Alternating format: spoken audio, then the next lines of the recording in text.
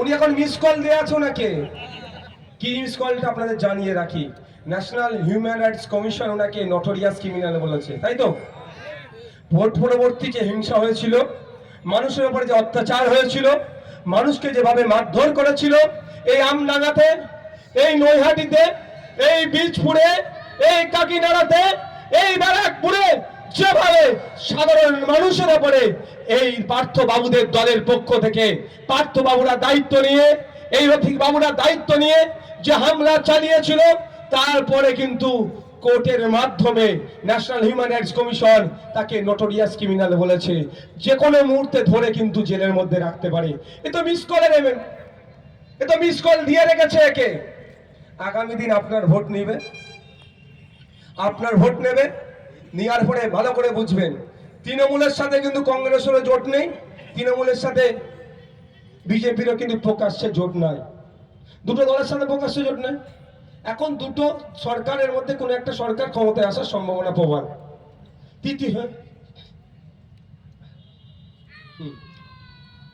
তো দুটো সরকারের মধ্যে কোন একটা সরকারের ক্ষমতায় আসার প্রবল সম্ভাবনা আছে, কিন্তু দুটো সরকারেরই সাথে প্রকাশ্যে মমতা ব্যানার্জি দলের কোনো সম্পর্ক নাই, গোপনে বিজেপির সাথে আছে। 1998 সালে বিজেপির হাত ধরে তারা মানে দল তৈরি হয়েছিল। বিভিন্ন সময় 1999, 2000, 2002, 2004 গুজরাট দাঙ্গার পরেও মোদিজির হাত ধরেছিল কে? এই পার্থবাবুর দলের, পার্থবাবু যে দলে আছেন সেই দলের নেত্রী। তো আমি একটা কথা বলে রাখি, আমরা কি দেখছি যে পার্থবাবুকে মিস কল দিয়ে অলরেডি রেখে দিয়েছে, নটোরিয়াস ক্রিমিনাল বলে লিস্ট করে রেখে দিয়েছে।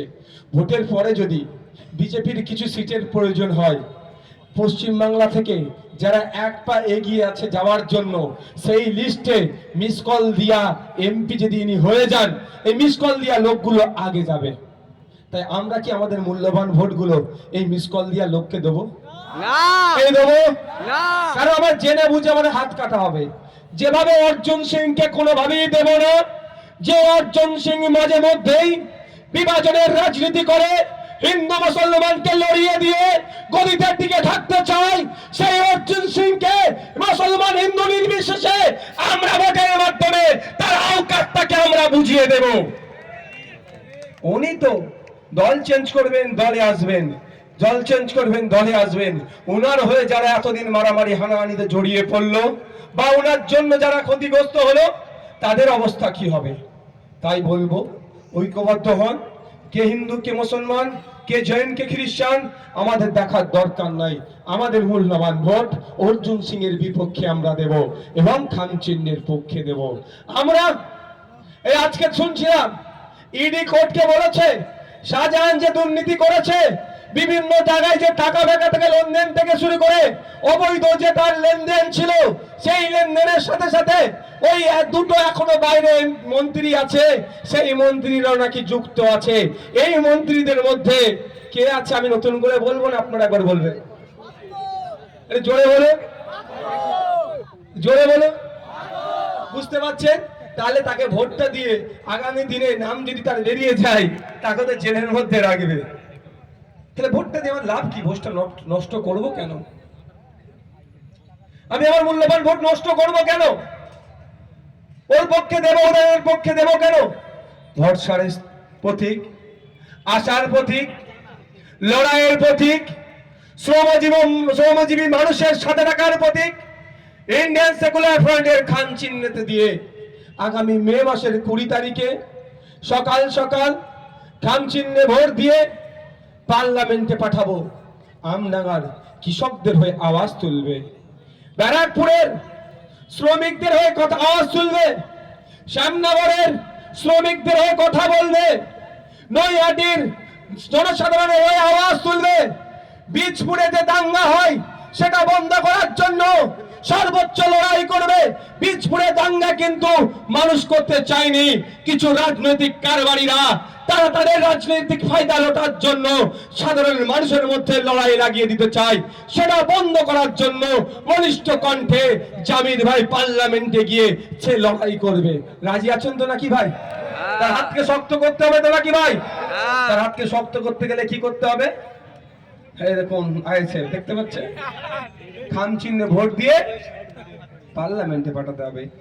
আজকে সুপ্রিম কোর্টে একটা শুনানি চলছিল, আপনারা জানেন 26,000 যে চাকরি বাতিল হয়েছে, সেই মর্মে কলকাতা হাইকোর্টের দেবাংশু বসাক কি সাব্বার রাশিদি সাহেবের বেঞ্চ অর্ডার দিয়েছে চাকরি বাতিলের সাথে সাথে 12% সুদ সমেত 4 সপ্তাহের মধ্যে ফেরত দিতে হবে। এবং আরেকটা ভয়ঙ্কর, অবশ্যই ভয়ঙ্কর তৃণমূলের জন্য, ভয়ঙ্কর মমতা ব্যানার্জির জন্য, ভয়ঙ্কর এই রফিকুল সাহেবের জন্য, ভয়ঙ্কর পার্থবাবুদের জন্য একটা অর্ডার দিয়েছে। কি? সিবিআই চাইলে এদেরকে, এই যাদের নাম বললাম, এদের কাদের মধ্যে ইচ্ছে হলে কাউকেও তদন্ত করার স্বার্থে ডাকতে পারে। ভয় পেয়ে গিয়েছে। কল্যাণ বাবু বলছিলেন, কল্যাণ বাবু অনেক, এই বাবু কে এটা, কে দেখো তো একটু, বসতে বলো, এটা বসতে বলো, একটা চেয়ার দিয়ে বসিয়ে দাও, একটা চেয়ার দিয়ে বসিয়ে দাও, বসো বাবু বসো, কারণ হচ্ছে পায়ে দিচ্ছে মানুষের। কল্যাণ বাবু বলেছিলেন, খুব গাইবাজি করছেন। আর একজন প্রাক্তন বিচারপতির বক্তব্য শুনলাম যে ওই কল্যাণ বাবু কোন কলেজ থেকে ল পাস করেছে সার্টিফিকেটটা একটু দেখাতো। আমার কিন্তু বিশাল সন্দেহ হচ্ছে ও টুকে পাস সেই মাল নয় তো, ইস্ট জর্জিয়া ইউনিভার্সিটির ডক্টরেট পাওয়ার মতো ওই ধরনের সার্টিফিকেট নয় তো। যাক, সে বিতর্কে যাচ্ছি না। কল্যাণ বাবু বলেছিলেন সুপ্রিম কোর্টে গেলে 5 মিনিটে স্টে হয়ে যাবে, একটু খোঁজ নিয়ে দেখুন তো। আজকে তো মুভ হয়েছে, স্টে দিয়েছে কি দেয়নি এই 26,000-এর বাতিলটা। উল্টে ধমক দিয়েছে, যেভাবে দুর্নীতি করেছে উল্টে ধমক দিয়েছে। এখানে রাজ্যের পক্ষে, এসএসসির পক্ষে যে আইনজীবীরা দাঁড়িয়েছিল তারা কাচুমাচু করেছে, বলেছে, তার বিচারপতিকে বলেছে যে পরিস্থিতি দাঁড়িয়েছে গোটা মন্ত্রিসভা তো জেলে চলে যেতে পারে, আপনি এটাকে একটু স্টে করুন। গোটা মন্ত্রিসভা জেলে যাওয়ার ভয় তারা পাচ্ছে। আজকে বলেছে, আমি বলিনি, রাজ্যের তথা এসএসসির পক্ষে যারা আইনজীবী দাঁড়িয়েছিল একটু খোঁজ নিয়ে দেখুন। বলেছেন যে সুপ্রিম কোর্টকে বলেছে যে গোটা মন্ত্রিসভা জেলে চলে যেতে পারে। মানে বুঝতে পেরেছেন, টপ টু বটম পর্যন্ত দুর্নীতিগ্রস্ত, পাড়ার থেকে শুরু করে একদম কালীঘাট পর্যন্ত সব ম্যাক্সিমাম দুর্নীতিগ্রস্ত। তাই এদের হাত থেকে ব্যারাকপুরকে বাঁচাতে হবে, এদের হাত থেকে বাংলাকে বাঁচাতে হবে। আর যে দিল্লি সরকার যারা চালাচ্ছিলেন, যারা বিভাজনের রাজনীতি করে, মানুষে বিভেদ করে ক্ষমতায় টিকে থাকতে চায়, যাদের সময়ে দলিতরা সব থেকে বেশি আক্রান্ত হয়েছে, এই বিজেপির 10 বছরে দলিত সমাজের মা বাপ ভাইয়েরা সব থেকে বেশি আক্রান্ত হয়েছে। এই 10 বছরে আদিবাসী ভাইয়েরা সব থেকে বেশি আক্রান্ত হয়েছে। এই 10 বছরে মুসলিমদের মধ্যে, হিন্দু মুসলিমের মধ্যে বিভাজন সব থেকে বেশি যারা বীজ বপন করেছে এই বিদায়ী কেন্দ্রের বিজেপি সরকার। তাই এই বিদায়ী কেন্দ্রের বিজেপি সরকারকে আমরা চিরদিনের মতো বিদায় জানাতে চাই। তার সূত্রপাত আমরা এই ব্যারাকপুর থেকে শুরু করতে চাই।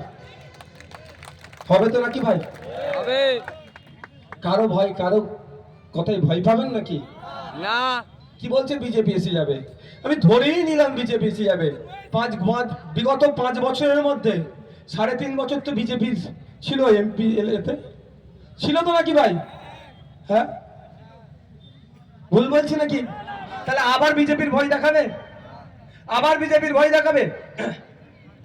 ব্যাপারটা হচ্ছে তৃণমূলের কাছে এই রফিকার রহমান সাহেব, রফিকার রহমান তো নাকি, এই রফিকার বাবুদের কাছে কোনো ইস্যু নাই। একটা ইস্যু বলুক যে এই কারণে, এই গলাটা তো টানছে কেন ভাই? গলাটা খুব টেনে নিচ্ছে তো, একটু কমাও, গলায় রাখছে। এই রফিকার বাবুদের কাছে, এই পার্থ বাবুদের কাছে এমন একটা ইস্যু নাই যে ইস্যুটা দেখিয়ে বলবে ভোটটা আমাকে দাও। কারণ সবটাই ফেল হয়েছে। 2011 সালের আগে মুসলমানকে বাঁচাতে এসেছিল, শিক্ষা, স্বাস্থ্য, কর্মসংস্থানে মুসলমানদের অবস্থা তলনিতে, মুসলমানদেরকে উদ্ধার করতে হবে।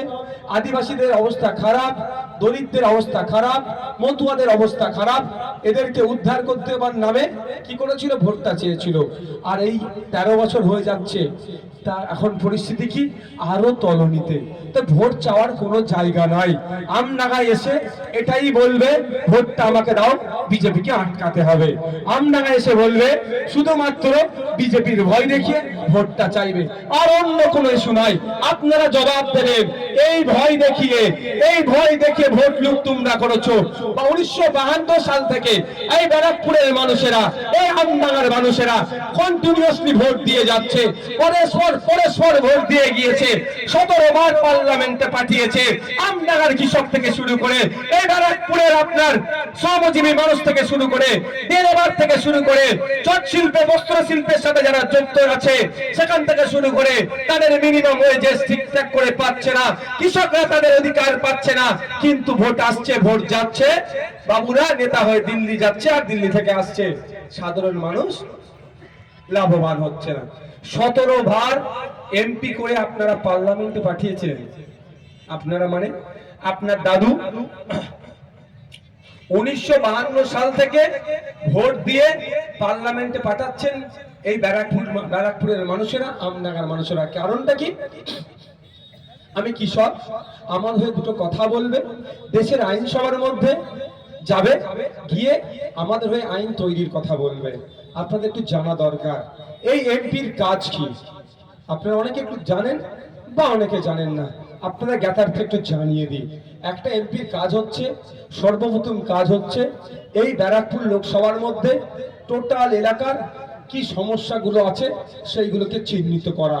সেগুলোকে চিহ্নিত করে পার্লামেন্টে গিয়ে যেই সরকারে থাকুক না কেন, যেই বিরোধীতে থাকুক না কেন, স্পিকার স্যারের মাধ্যমে কনসার্ন ডিপার্টমেন্টাল মিনিস্টারকে জানানো। যেমন আগামী দিনে পার্লামেন্টে গিয়ে সর্বপ্রথম জামির ভাইয়ের কাজ কি হবে? এই আমডাঙ্গার 20,000 মানুষের যে জমি লুট হয়ে যাচ্ছে, তারা ক্ষতিপূরণ পাচ্ছে না, ওখানে যিনি কেন্দ্রীয় সড়ক মন্ত্রী আছেন, পরিবহন মন্ত্রী আছেন, তার মন্ত্রী আছেন, তার কাছে যে হবে, তার কাছে বলা যে পশ্চিম বাংলার এই আমডাঙ্গার তার ব্যারাকপুর লোকসভার মধ্যে এই ন্যাশনাল হাইওয়ে যে এক্সটেনশন হচ্ছে, যার ক্ষতিপূরণ দেওয়ার কথা, ঠিক করে ক্ষতিপূরণ পাচ্ছে না আপনার দপ্তর, আপনি সেটা জানতে ইনকোয়ারি করে যাতে ক্ষতিপূরণ ঠিক করে পৌঁছানো যায় তার ব্যবস্থা করুন। তারপরে কি হবে? মন্ত্রীর কাজ হবে এটা শুনে তার ডিপার্টমেন্টাল অফিসারের মাধ্যমে, যদি ডিএম এখানকার ডিএম টাকা খেয়ে থাকে, এসডিও টাকা খেয়ে থাকে, বিডিও টাকা খেয়ে থাকে, এমএলএ টাকা খেয়ে থাকে, পঞ্চায়েতের প্রধান টাকা খেয়ে থাকে, এটা তদন্ত করবে এবং সব কটার ঘাড় ধরে জেলের ভাত খাওয়াবে। পশ্চিমবাংলার প্রেসিডেন্সি জেল, নাহলে তিহাড় জেলে তুলে নিয়ে গিয়ে অনুব্রতর মতো ভাত খাওয়াবে। আর সাথে সাথে কি করবে? যাদের জমিগুলো এই হাইওয়ের জন্য পড়ছে, তারা যাতে 2013 অ্যামেন্ডমেন্ট অনুযায়ী ন্যাশনাল হাইওয়ে এক্সটেনশনের জন্য যে ক্ষতিপূরণ পায়, সেই ক্ষতিপূরণের চেক হাসি হাসি মুখে এই ভাইয়েরা নিয়ে বাড়ি ফিরবে। এটা হচ্ছে জামির ভাইয়ের কাজ থাকবে। জামির ভাইকে যদি আপনারা পার্লামেন্টে পাঠান, জামির ভাই পার্লামেন্টে গিয়ে আপনি কৃষক, আপনার মাসিক গড়াই কেন 7,000 টাকার নিচে, তার আওয়াজ তুলবে। আপনারা যারা এখানকার মানুষ আছেন, আমার তো মনে হয় 75% মানুষ কৃষিকাজের সাথে যুক্ত, তাই তো নাকি ভাই? ভুল বলছি নাকি? কারণ এটা চাষি ভুষি এলাকা। কিন্তু যতই আপনারা চাষ করেন না কেন, আমি আপনাদের বলে রাখছি, আপনাদের এখানকার গড় আয় হচ্ছে মাস গেলে বিলো 7,000 আপনাদের ইনকাম হয় বছরে। তাহলে কত? খুব বেশি হলে 84,000 টাকা। এই টাকায় চলবে? কিন্তু চালিয়ে নিতে হচ্ছে। কেন?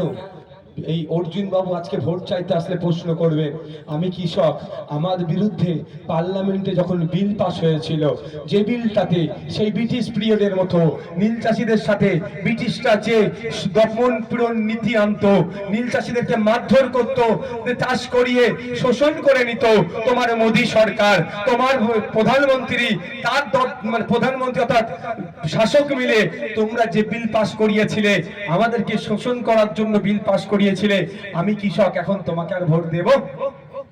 তুমি আমার বিরুদ্ধে বিল পাস করিয়েছিলে, তোমার উচিত ছিল পার্লামেন্টে গিয়ে আমার বিরুদ্ধে বিল পাস হচ্ছে আমার পক্ষ নিয়ে কথা বলা, কারণ তুমি মোদির ভোট দিয়ে তুমি পার্লামেন্টে যাওনি, তুমি কৃষক, আমার ভোট নিয়ে তুমি পার্লামেন্টে গিয়েছিলে, আমারও কথা বলার দরকার ছিল, আমার হয়ে কথা বলনি, তাই এবার ভোট চাইতে এসেছো, তোমাকে আমি ভোট দেব না।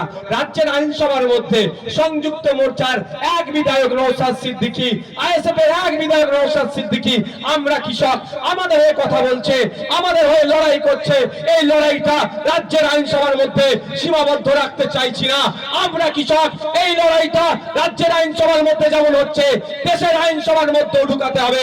সেই জন্য জামিল ভাইকে আমরা আগামী মে মাসের 20 তারিখে কান চিহ্নে ভোট দিয়ে তাকে পার্লামেন্টের মধ্যে পাঠাবো। আমি লড়াই কৃষকের জন্য রাজ্যের আইনসভায় করছি, এই লড়াইটা আমাদেরকে দেশের আইনসভায় পৌঁছাতে হবে। পৌঁছাতে গেলে কি করতে হবে? আপনার প্রতিনিধি পাঠাতে হবে।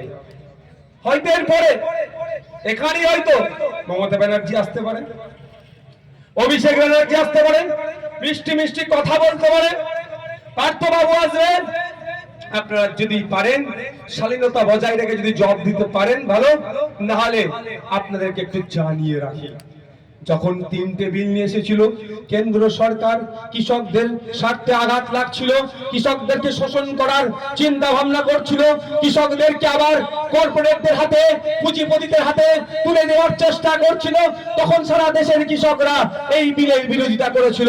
পশ্চিম বাংলার কৃষকরাও এই বিলের বিরোধিতা করেছিল, বিভিন্ন রাজনৈতিক দলের পক্ষ থেকে এই বিলের বিরোধিতা করেছিল, ইন্ডিয়ান সেকুলার ফ্রন্ট এই বিলের বিরোধিতা করেছিল। কৃষকদের টাকা ভারত বন্ধকে সারা দেশে যেমন সংহতি জানিয়েছিল, সমর্থন জানিয়েছিল বিভিন্ন রাজনৈতিক দলেরা, আমরাও কৃষকদের টাকা ভারত বন্ধকে সংহতি জানিয়ে কৃষকদের স্বার্থে ভারত বন্ধকে সফল করতে, ভারত সরকারকে চাপে ফেলতে, যাতে এই বিলগুলো প্রত্যাহার করে নেয়, আমরাও রাস্তায় নেমেছিলাম। যখন আমরা রাস্তায় নেমেছিলাম, এই পার্থবাবুর দলের কিছু গুন্ডা মস্তান আমাদের উপরে, কৃষকদের উপরে আক্রমণ করে আমাদের বন্ধকে সফল হতে দেয়নি। তাই পার্থবাবুরা আগামী দিনে ভোট চাইতে এলে সর্বপ্রথম কৃষকরা বলবেন, ওই দিনকে আপনাদেরকে আমাদের পাশে পাওয়া যায়নি, ইন্ডিয়ান সেকুলার ফ্রন্ট কৃষকদের পাশে দাঁড়িয়েছিল, ভোটটাও কিন্তু ইন্ডিয়ান সেকুলার ফ্রন্টের পক্ষে যাবে, কোন জোড়া ফুলের পক্ষে যাবে না। অপরন্ত জোড়া ফুল আমাদের উপরে আক্রমণ চালিয়েছিল। কৃষক ভাইরা হবে তো নাকি? আমি তো একটা জিনিস ভেবে পাই না, আমাদের আন্দোলনটা ছিল অর্জুন সিং এর বর্তমান দলের বিরুদ্ধে, অর্থাৎ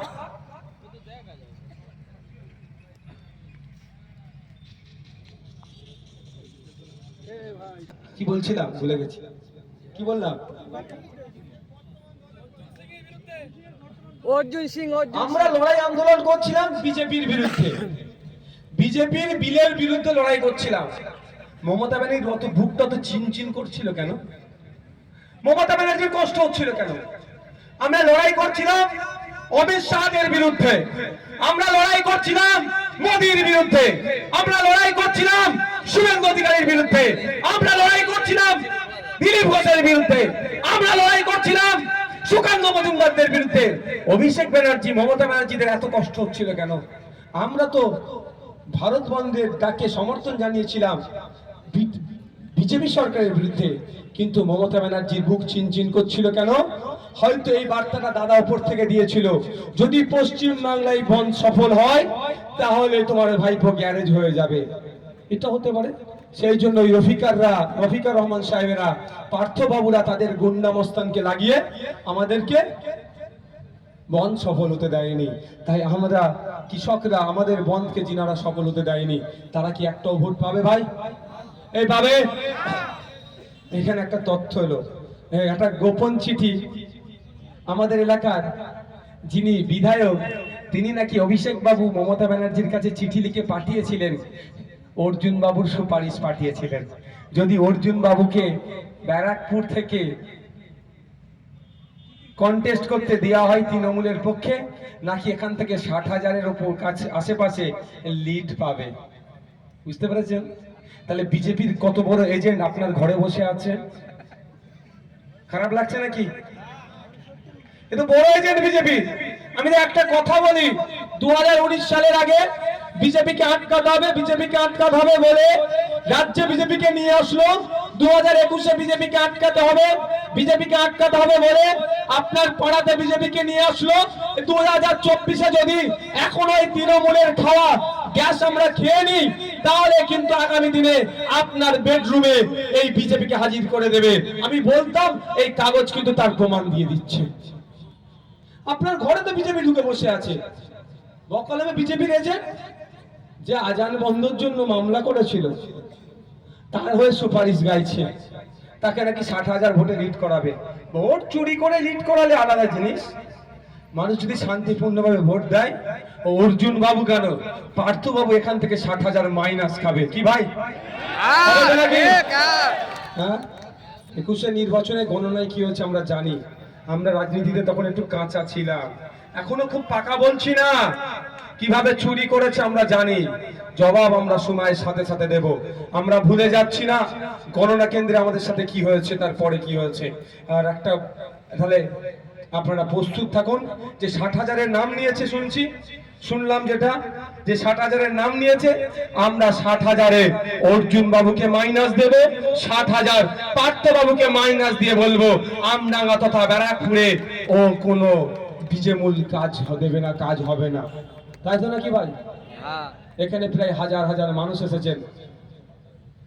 আর একটা কথা, বারাসাতেও কিন্তু আমাদের প্রার্থী আছে। আপনাদের আত্মীয় তো অনেক বারাসাতে থাকে ভাই, থাকে তো? জামিল ভাই দিকে আসো। ডান দিকে আছে আমার বারাসাতের তাপস ব্যানার্জি, আর বাঁ দিকে আছে আমাদের ব্যারাকপুরের অ্যাডভোকেট জামিল সাহেব। দুটোকে পার্লামেন্টে আমরা এখানে পাঠাবো, আরো যেগুলো আছে পার্লামেন্টে পাঠাবো। আমাদের জনগণের কণ্ঠ হয়ে পার্লামেন্টের লড়াই দিয়ে আসবে।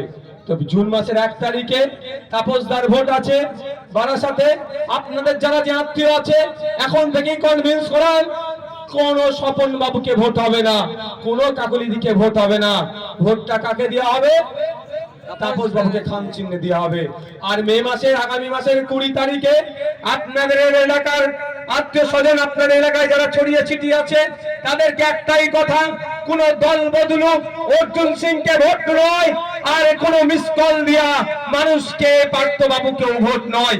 ভোটটা স্বচ্ছতার সাথে যারা লড়াই করতে যেতে পারে, যে পিছপা হবে না, মানুষের জন্য কথা বলবে, পিছনে কোনো টেবুলিম থাকবে না, পার্লামেন্টে গিয়ে মানুষের হয়ে কথা বলবে, দলিতের হয়ে কথা বলবে, আদিবাসী হয়ে কথা বলবে, মুসলিমের হয়ে কথা বলবে, বঞ্চিত মানুষের হয়ে কথা বলবে। আমাদের অ্যাডভোকেট জামিল সাহেবকে আমরা পার্লামেন্টে পাঠাবো। একটা গুরুত্বপূর্ণ বিষয় বললাম। আর একটা কথা, জামিল ভাইয়ের হয়ে আগামীকাল আমরা নমিনেশনে যাব। আমাদের আগামীকাল